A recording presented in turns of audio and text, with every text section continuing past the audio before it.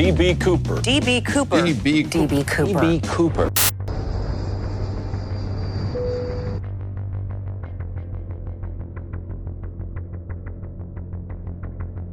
कहानी शुरू होती है पोर्टलैंड से, जो कि अमेरिका की एक स्टेट ओरेगोन का सबसे बड़ा शहर है।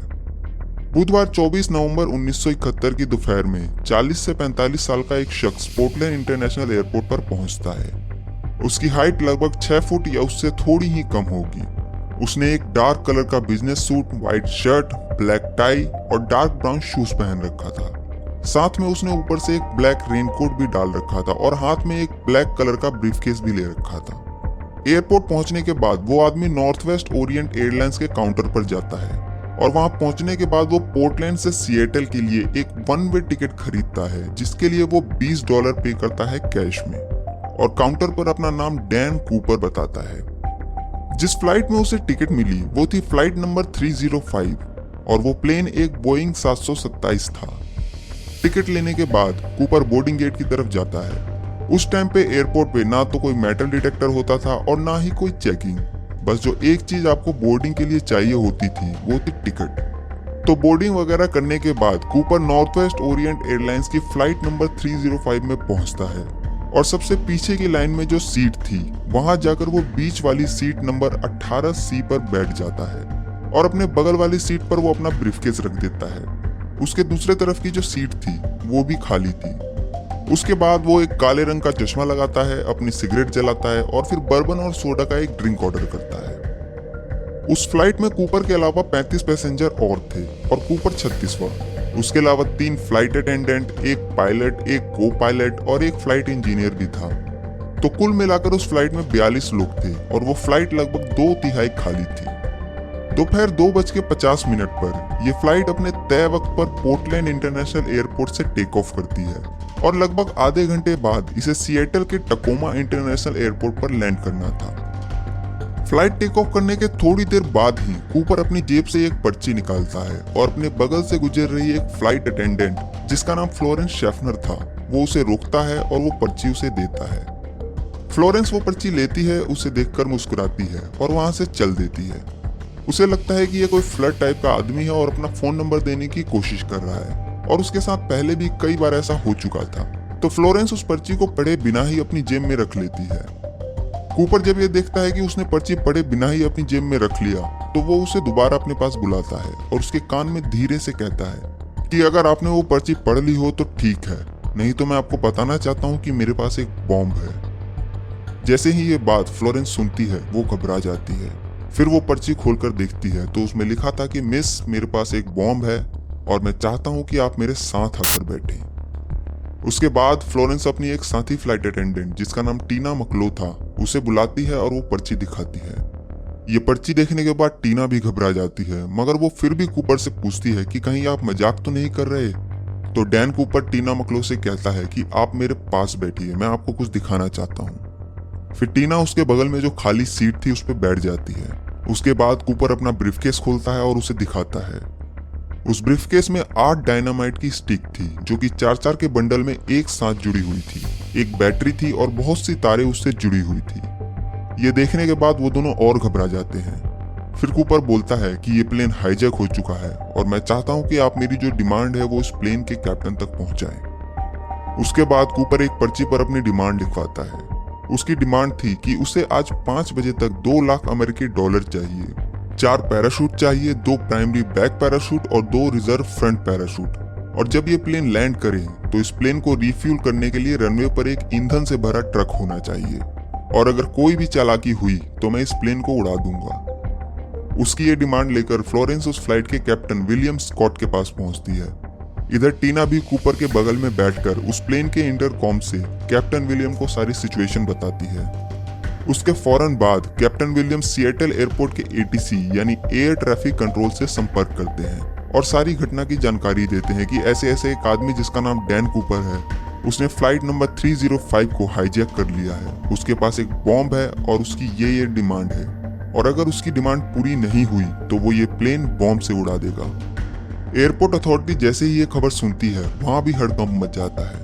उसके तुरंत बाद FBI को इस हाईजैकिंग की जानकारी दी जाती है और लोकल पुलिस और एयरपोर्ट सिक्योरिटी को भी अलर्ट कर दिया जाता है।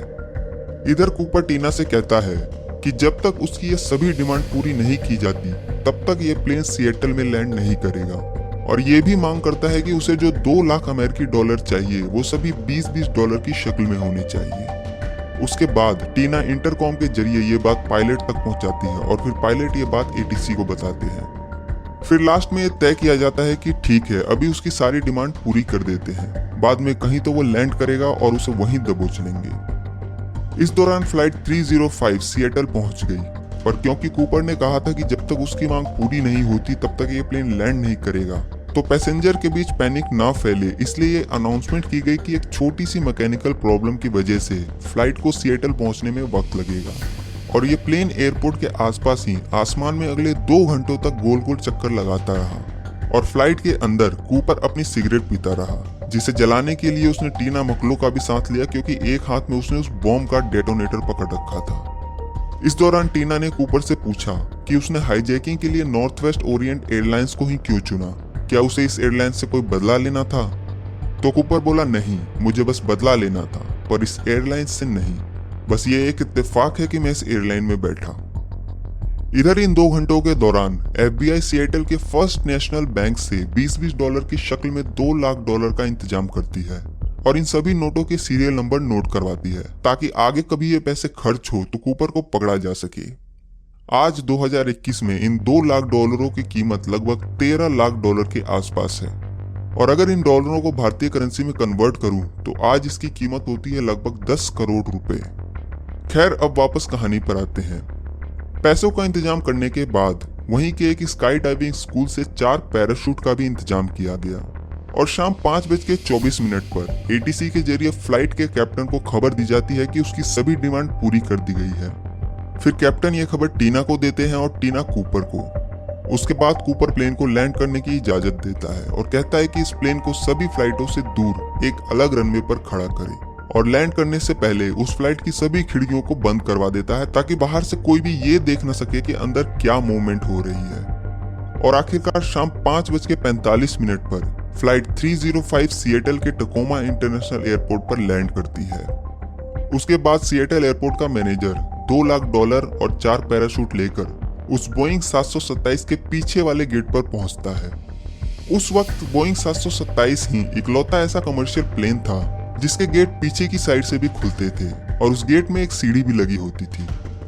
उसके बाद टीना मकलो पीछे वाले गेट से बाहर आती है और एयरपोर्ट के मैनेजर से 2 लाख डॉलर जो कि बोरी में भरे हुए थे, क्योंकि 20-20 के छोटे नोट होने की वजह से उन पैसों की बहुत सारी गड्डियां बन गई थी, और सिर्फ उन पैसों का वजन ही लगभग 23 पाउंड यानी 10.5 किलो हो गया था। तो टीना उन पैसों और पैराशूट को लेकर डैन कूपर के पास पहुंच जाती है। इस दौरान प्लेन में फ्यूल भरने का काम भी शुरू हो चुका था, और जब कूपर की इन सभी डिमांडों को पूरा कर दिया गया तो उसके बदले में उसने प्लेन में बैठे सभी 35 मुसाफिरों को एयरपोर्ट पर उतरने की इजाजत दे दी, और साथ में 2 फ्लाइट अटेंडेंट को भी, जिसमें कि एक फ्लोरेंस शैफनर भी थी जिसे उसने सबसे पहली बार पर्ची दी थी। इनमें से कई मुसाफिरों को तो ये तक पता नहीं था कि वो जिस प्लेन से उतर रहे हैं वो हाईजैक हो चुका है। कुछ मुसाफिर जिन्होंने पैसों और पैराशूट को प्लेन में ले जाते देखा, सिर्फ वही इस बारे में थोड़ा बहुत कुछ जानते थे। अब उस बोइंग 727 में सिर्फ 5 लोग बचे थे। एक कैप्टन विलियम स्कॉट, एक को पायलट बिल रैटेजैक, एक फ्लाइट इंजीनियर हैरोल्ड एंडरसन, एक फ्लाइट अटेंडेंट टीना मकलो और एक खुद डैन कूपर। उसके बाद कूपर 4-5 शर्तें और रखता है। पहला कि इस प्लेन को मैक्सिको ले चलो, मगर उसे बताया जाता है कि ये प्लेन डायरेक्ट मैक्सिको नहीं जा सकता, हमें बीच में कहीं उतरकर इसे रीफ्यूल करना पड़ेगा। फिर सिएटल से मैक्सिको के बीच कूपर को 2 ऐसे ऑप्शन दिए जाते हैं जहां वो उतरकर रिफ्यूल कर सकते थे। पहला फिनिक्स एरिजोना और दूसरा रीनो नेवाडा। काफी सोच विचार करने के बाद कूपर रेनो एयरपोर्ट पर रिफ्यूल करने की मंजूरी दे देता है। दूसरा कि इस प्लेन के पीछे की सीढ़ी को खुला रखना है, मगर उसे बताया जाता है कि पीछे की सीढ़ियों को खुला रखकर ये प्लेन टेक ऑफ नहीं कर सकता, और उसे ऑप्शन दिया जाता है कि जब ये प्लेन हवा में होगा तब वो इस सीढ़ी को खोल सकता है, तो कूपर इसके लिए मान जाता है। तीसरा कि इस प्लेन की स्पीड 200 माइल से ज्यादा नहीं होगी। चौथा कि इस प्लेन का लैंडिंग गियर पूरे सफर के दौरान खुला रहेगा। और पांचवा कि प्लेन के दोनों तरफ के विंग्स के फ्लैप 15 डिग्री तक झुके रहेंगे। एयरपोर्ट अथॉरिटी और FBI उसकी इन सब शर्तों को मान लेती है, और फिर शाम 7:36 पर लगभग 2 घंटे बाद ये प्लेन सिएटल एयरपोर्ट से रीनो नेवाडा के लिए टेक ऑफ करता है। बोइंग 727 के हवा में पहुंचने के लगभग 5 मिनट बाद ही कूपर साथ बैठी टीना मकलो से कहता है कि अब वो भी कॉकपिट में चली जाए और उसे अंदर से लॉक कर ले और अब इसके बाद उसे कोई डिस्टर्ब ना करे। टीना उसकी बात सुनने के बाद कॉकपिट की तरफ जाने लगी और कॉकपिट में पहुंचने के बाद उसे अंदर से लॉक करने से पहले एक आखिरी बार उसने कूपर को देखा तो वो प्लेन के बीचों बीच खड़ा था और अपनी कमर से कुछ बांध रहा था, शायद वो पैसे थे। इसके बाद टीना कॉकपिट को अंदर से बंद कर लेती है और अब उस प्लेन में पीछे सिर्फ कूपर ही था। अच्छा, जब ये प्लेन सिएटल एयरपोर्ट से उड़ा तो इस प्लेन पर नजर बनाए रखने के लिए इसके पीछे यूएस एयरफोर्स के 2 F-106 फाइटर जेट्स भी लगा दिए गए, जिनमें कि एक बोइंग 727 के ऊपर उड़ रहा था और एक नीचे। बाहर तेज हवाओं के साथ बारिश भी हो रही थी और ये प्लेन 200 माइल्स की रफ्तार को बरकरार रखते हुए 10,000 फीट की ऊंचाई पर अपने तय रूट पर उड़ रहा था। लगभग 8 बजे के आसपास कॉकपिट के अंदर लाइट इंडिकेट होती है कि पीछे की सीढ़ी को खोला गया है और एयर प्रेशर भी चेंज हो रहा था। इसका मतलब था कि प्लेन के अंदर बाहर से हवा आ रही है। तो कैप्टन विलियम इंटरकॉम के जरिए कूपर से बात करने की कोशिश करते हैं, मगर कूपर उस कॉल का कोई जवाब नहीं देता और उनमें से किसी की हिम्मत नहीं हुई कि वो पीछे जाकर देखे कि आखिर चल क्या रहा है, क्योंकि कूपर ने किसी को भी पीछे आने से मना किया था। इसके लगभग 10 से 15 मिनट बाद कॉकपिट में बैठे सभी लोगों को प्लेन में एक झटका और बहुत तेज एक एयर प्रेशर महसूस होता है, जिसकी वजह से सभी के कान थोड़ी देर के लिए सुन्न पड़ जाते हैं, मगर थोड़ी देर बाद ही सब कुछ नॉर्मल हो जाता है। और इसके 2 घंटे बाद रात लगभग 10:15 पर यह प्लेन रेनो के ताहोई इंटरनेशनल एयरपोर्ट पर सुरक्षित लैंड करता है और इस प्लेन की पीछे की सीढ़ी अब भी खुली हुई थी। रेनो एयरपोर्ट पर पहले से ही FBI के एजेंट्स, रेनो पुलिस और सुरक्षा बल कूपर को पकड़ने की तैयारी में बैठे थे और बोइंग 727 के लैंड करते ही ये सभी इस प्लेन को चारों तरफ से घेर लेते हैं। मगर वो जैसे ही इस प्लेन में घुसते हैं उन्हें कहीं भी कूपर दिखाई नहीं देता, पर कूपर जिस सीट पर बैठा था वहां से उन्हें 2 पैराशूट मिलते हैं, एक खुला और एक रिजर्व पैराशूट। कूपर ने जो सिगरेट पिए थे उसके 8 बचे हुए बड्स भी मिलते हैं और एक काले रंग की क्लिप ऑन टाई भी मिलती है जिसमें कि एक टाई क्लिप भी लगी थी। वो एजेंट्स उस प्लेन का चप्पा चप्पा छान मारते हैं, पर उन्हें ना तो बॉम्ब मिलता है, ना ही पैसे और ना ही कूपर का कोई नामो निशान। इसका मतलब था कि वो सिएटल से रेनो के बीच पैराशूट पहनकर पैसों समेत रात के अंधेरे में उस प्लेन से कूद गया। मगर अब सवाल ये था कि आखिर कूपर कूदा कहाँ, क्योंकि ना तो उस फ्लाइट में बैठे किसी शख्स ने उसे कूदते हुए देखा और ना ही उन फाइटर जेट्स के पायलटों ने जो बोइंग 727 के ऊपर और नीचे उड़ रहे थे। उसके बाद उस फ्लाइट के क्रू मेंबर्स के जरिए FBI को पता चलता है कि रात के लगभग 8:13 पर प्लेन में एक झटका महसूस हुआ था, तो हो सकता है कि कूपर उसी वक्त इस प्लेन से कूदा होगा और जिस रूट पर यह प्लेन चल रहा था उसका नाम था विक्टर 23। तो इस रूट और टाइमिंग के हिसाब से कूपर जिस जगह कूदा वो जगह पोर्टलैंड से 64 किलोमीटर दूर उत्तर की तरफ थी और एरियल वॉशिंगटन और लुइस नदी के आसपास थी। उसके बाद उसी रात फ्लाइट के सभी क्रू मेंबर्स और चश्मदीद पैसेंजर की मदद से डैन कूपर का स्केच बनवाया गया और फिर अमेरिकी इतिहास में किसी भी इंसान को ढूंढने के लिए आज तक का सबसे बड़ा मिशन शुरू हुआ और इसे नाम दिया गया नॉरजैक। अगली सुबह से ही उस इलाके के कई किलोमीटर एरिया में सर्च ऑपरेशन चलाया गया जहां कूपर कूदा था। वो पूरा एरिया जंगलों और बड़े बड़े पेड़ों से ढका हुआ था और कूपर को उस एरिया में ढूंढना ऐसा था जैसे भूस के ढेर में सुई ढूंढना। मगर फिर भी यह सर्च ऑपरेशन चलता रहा। ग्राउंड पर सर्च करने के लिए लोगों की बहुत बड़ी बड़ी टीम बनाई गई, जिन्होंने अगले कई महीनों तक कई किलोमीटर आगे पीछे दाएं बाएं सब जगह छान मारा। आसमान में हेलीकॉप्टर से भी ढूंढा गया, नदी के अंदर भी ढूंढने की कोशिश की गई, मगर कोई फायदा नहीं हुआ। ना तो कूपर मिला, ना ही उसकी लाश, ना ही कोई पैसे और ना ही कोई पैराशूट।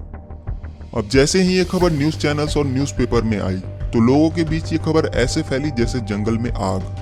हर कोई ये जानना चाहता था कि आखिर वो रहस्यमय इंसान कौन है जो रात के अंधेरे में आसमान में उड़ते हुए एक प्लेन से गायब हो गया। इस दौरान एक न्यूज़पेपर ने गलती से उसका नाम डैन कूपर की बजाय DB कूपर छाप दिया और फिर इसके बाद वो इसी नाम से मशहूर हो गया। उसके बाद FBI ने उसे उसके नाम डैन कूपर, जो कि उसने पोर्टलैंड एयरपोर्ट पर दिया था टिकट खरीदने के लिए, उस नाम की भी हिस्ट्री खंगाली गई, मगर इस नाम का कोई भी शख्स नहीं मिला। फिर FBI ने उन सीरियल नंबर को भी पब्लिक कर दिया जिस सीरियल नंबर के नोट DB कूपर को दिए गए थे, ताकि पब्लिक की मदद ली जा सके। कई न्यूज़पेपर्स ने तो यहाँ तक ऐलान किया था कि अगर कोई भी शख्स इस सीरियल नंबर का एक नोट भी लाएगा तो उसे उसके बदले $5000 तक का इनाम दिया जाएगा। मगर इसके बाद भी कुछ हाथ नहीं लगा। FBI शुरू से ही यह मानती रही कि जिन हालातों में कूपर प्लेन से कूदा उन हालातों में उसका जिंदा बचना नामुमकिन था, जिसके लिए FBI ने कुछ थ्योरीज दी। एक कि जब कूपर प्लेन से कूदा तो कूदने से पहले उसने कुछ भी तैयारी नहीं की। ना तो उसने ऐसे कपड़े पहने थे जो स्काई डाइविंग में पहना जाता है, ना ही जूते, ना ही दस्ताने, ना ही चश्मा और ना ही हेलमेट। और जो पैराशूट उसने अपने लिए चुना, उस पैराशूट को भी अपने हिसाब से कंट्रोल नहीं किया जा सकता था।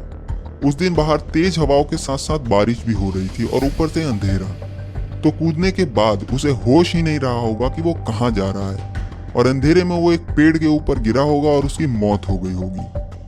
दूसरा कि जब वो प्लेन से कूदा तो वो सीधे लुइस नदी में जाकर गिरा, और नवंबर के महीने में वहां का टेम्परेचर -डिग्री में रहता है। प्लेन से कूदने से पहले उसने अपनी कमर से पैसों की बोरी को भी बांधा था, जिसका कि खुद का वजन ही लगभग 10.5 किलो था। तो पानी में गिरने के बाद ना तो वो खुद संभल सका होगा, और पैसों के वजन और कंधे पर बंधे पैराशूट ने और परेशानी पैदा कर दी होगी। और पानी इतना ठंडा था कि अगले कुछ मिनटों में ही कूपर की मौत हो गई होगी। मगर FBI की इन दोनों थ्योरी पर शक और सवाल इसलिए उठे कि अगर कूपर की मौत हो गई तो अभी तक उसकी लाश क्यों नहीं मिली, जिसकी वजह से ये इन्वेस्टिगेशन ऐसे ही चलती रही। इस घटना के लगभग 9 साल बाद 10 फरवरी 1980 को ब्रायन इनग्रम नाम का एक 8 साल का बच्चा अपने माँ बाप के साथ कोलंबिया नदी के किनारे एक बीच जिसका नाम टीना बार था, वो वहां पिकनिक मनाने के लिए जाता है और आग जलाने के लिए वो रेत में गड्ढा खोदता है। अचानक से उसे लगता है कि रेत में कुछ दबा हुआ है, और जब वो थोड़ा और खोदता है तो उसे वहां से $20 की 3 गड्डियां मिलती हैं। ये नोट काफी पुराने लग रहे थे और उसमें टोटल जो अमाउंट था वो था $5800। उसके बाद ये नोट FBI को दिए गए, और जब इनका सीरियल नंबर मिलाया गया तो वो उन सीरियल नंबर से मैच हो गए जो कूपर को दिए गए थे। उसके बाद से आगे कई बार टीना बार बीच की खुदाई की गई, मगर इन 3 नोट के बंडलों के अलावा वहां से और कुछ नहीं मिला। पर फिर भी ये सबूत मिलने के बाद FBI को लगा कि अब ये केस सॉल्व हो जाएगा। मगर इन पैसों ने केस को सुलझाने की बजाय और उलझा दिया, क्योंकि टीना बार बीच जहां ये पैसे मिले वो लगभग वहां से 27 किलोमीटर दूर था जहां कूपर ने छलांग लगाई थी। तो सवाल ये था कि आखिर ये पैसे यहाँ आए कैसे। इसके लिए एक थ्योरी ये आई कि जब कूपर प्लेन से कूदा तो उसके कुछ पैसे लुइस नदी में गिर गए, और वो नोट बहते बहते कोलंबिया नदी में आ गए, और फिर कोलंबिया नदी के जरिए टीना बार तक पहुंच गए। मगर प्रॉब्लम यहाँ ये थी कि लुइस नदी जिस जगह कोलंबिया नदी से मिलती है, वहां से कोलंबिया नदी टीना बार की उल्टी दिशा में बहती है। तो उन पैसों का कोलंबिया नदी में मिलने के बाद टीना बार बीच पर पहुंचना पॉसिबल नहीं था, और ये तीनों नोट की गड्डियां एक साथ बहकर एक ही बीच के किनारे एक ही जगह पर आकर रुक जाए, वो भी नेचुरल तरीके से, ये भी पॉसिबल नहीं लगता। तो क्या प्लेन से कूदने के बाद कूपर जिंदा बच गया था और ये पैसे कूपर ने ही उस बीच पर छुपाए थे, या फिर किसी और को ये पैसे मिले और उसने यहाँ आकर छुपा दिए? इसका जवाब किसी के पास नहीं था। उधर FBI भी कूपर की खोज में लगी रही। लंबी छानबीन चली, हर पॉसिबल जगह को खंगाला गया। साल दर साल बीतते गए, मगर कूपर का कोई पुख्ता सबूत नहीं मिला। उसके बाद 8 जुलाई 2016 को FBI कहती है कि हमने पूरी कोशिश की DB कूपर को ढूंढने की। हमने इन बीते हुए सालों में अपनी सभी मैन पावर का इस्तेमाल कर लिया, मगर वो कहां से आया और कहां गया ये हमें नहीं मालूम। और आखिरकार 45 साल बाद FBI अपनी हार मान लेती है। 21 में भी ये पता नहीं चल सका है कि आखिर DB कूपर कौन था, जो आसमान में उड़ते हुए प्लेन से रहस्यमय तरीके से रात के अंधेरे में खो गया, और ऐसा खोया कि फिर कभी नहीं मिला। उसे जमीन खा गई या आसमान निगल गया, ये आज तक पता नहीं चल सका, क्योंकि ना तो वो खुद मिला और ना ही उसकी लाश। ये केस अमेरिकी इतिहास का इकलौता ऐसा हाईजैकिंग का केस है जो आज तक सॉल्व नहीं हुआ और आज भी रहस्य बना हुआ है। तो ये थी कहानी उस रहस्यमय इंसान DB कूपर या डैन कूपर की। मुझे उम्मीद है कि आप लोगों को ये कहानी पसंद आई होगी। अगर आपको कहानी पसंद आई हो तो इसे लाइक करें और कमेंट करके बताएं कि आपको कहानी कैसी लगी, और चैनल को सब्सक्राइब करके बेल आइकन को जरूर दबाएं ताकि आप मेरी कोई भी कहानी मिस ना करें और इस चैनल के साथ ऐसे ही जुड़े रहें।